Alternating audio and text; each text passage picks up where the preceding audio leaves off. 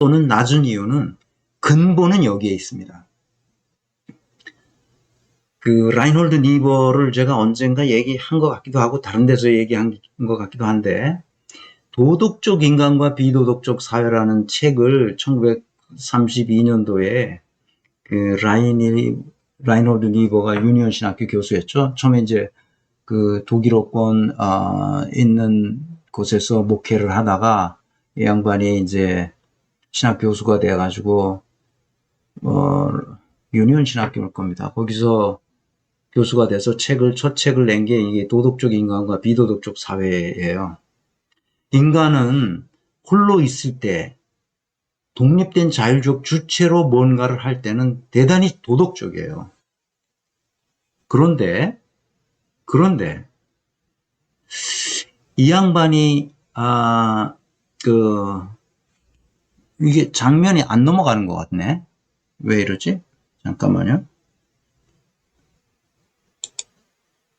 이제 장면이 넘어가는데 요걸로 넘어가면 장면이 멈추는 것 같습니다. 이것도 넘어가면 괜찮은가? 여기서부터는 괜찮고. 가끔 이렇게 장표가 하나 이렇게 이게 스토킹 되는 경우가 있습니다. 이렇게 이쪽으로 넘어가진 않네.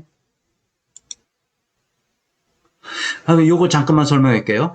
그 비도덕적인 사회가 되는 이유는 이게 조직에 들어가서 조직 인간이 되기 때문입니다.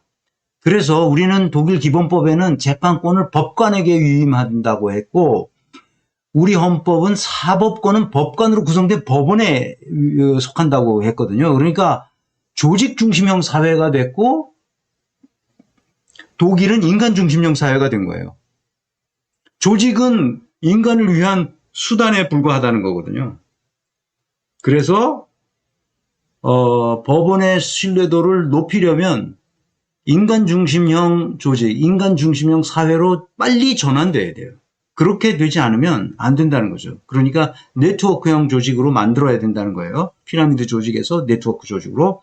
법원의 신뢰도를 높이는 기반은 세 가지입니다. 첫째, 법원 조직을 분권하라. 지금까지 계속 얘기했죠. 쪼개라 다. 그리고 전국으로 분산시켜라. 법원 조직을 다. 대법원도 마찬가지다. 두 번째, 헌법재판소의 기능을 정상화해야 됩니다. 그 얘기는 무슨 얘기냐면 재판소원이 가능하도록 해라는 거예요. 그리고 재판관의 수를 좀 늘리고 여성 재판관의 수도 더 늘려야 됩니다. 법원 조직을 분권화한다는 것은 일반 노동, 행정, 복지, 재정 이런 그 기능별로 다 나누라는 거예요. 그 다음에 그렇게 분권화하지 않으면 안 된다.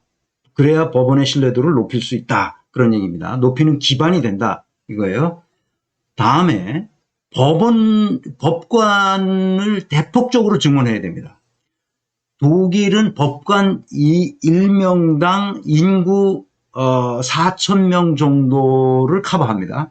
법관, 직업법관 1명이 인구 4,000명 정도를 커버하는데 우리는 법관 1명이 인구 몇 명을 커버하는 줄 아세요? 17,000명, 18,000명 요 정도로 커버합니다.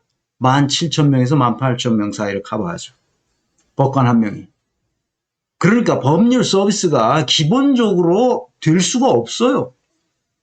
그 중에서도 또 무슨 행정하는 사람들은 또 법관인데 행정하는 사람들은 행정을 하기 때문에 재판을 안 해. 그러니까 사실 훨씬 더 많은 인구를 법관 하나가 담당을 하게 되죠. 그러니까 현재 독일식으로 비교하면은 현재 법관 수를 한 4배 정도 이상 올려야 됩니다. 4배 이상 올려야 됩니다. 그렇게 하려면 완벽하게 지방 분권을 해서 지방 자치가 별도의 국가성을 갖도록 해야 됩니다. 그래야 이 문제가 해결됩니다. 그래서 분권화가 그렇게 중요하다는 말씀을 다시 드리고요. 그런 세 가지 기반 위에 이 세 가지 법원 조직을 분권화하라. 헌법재판소의 기능을 정상화해라. 그 다음에 법관을 대폭적으로 증원해라. 그런 얘기입니다. 그러니까 현재 한 3,000명을 한 15,000명 수준으로 하면 될 것 같습니다.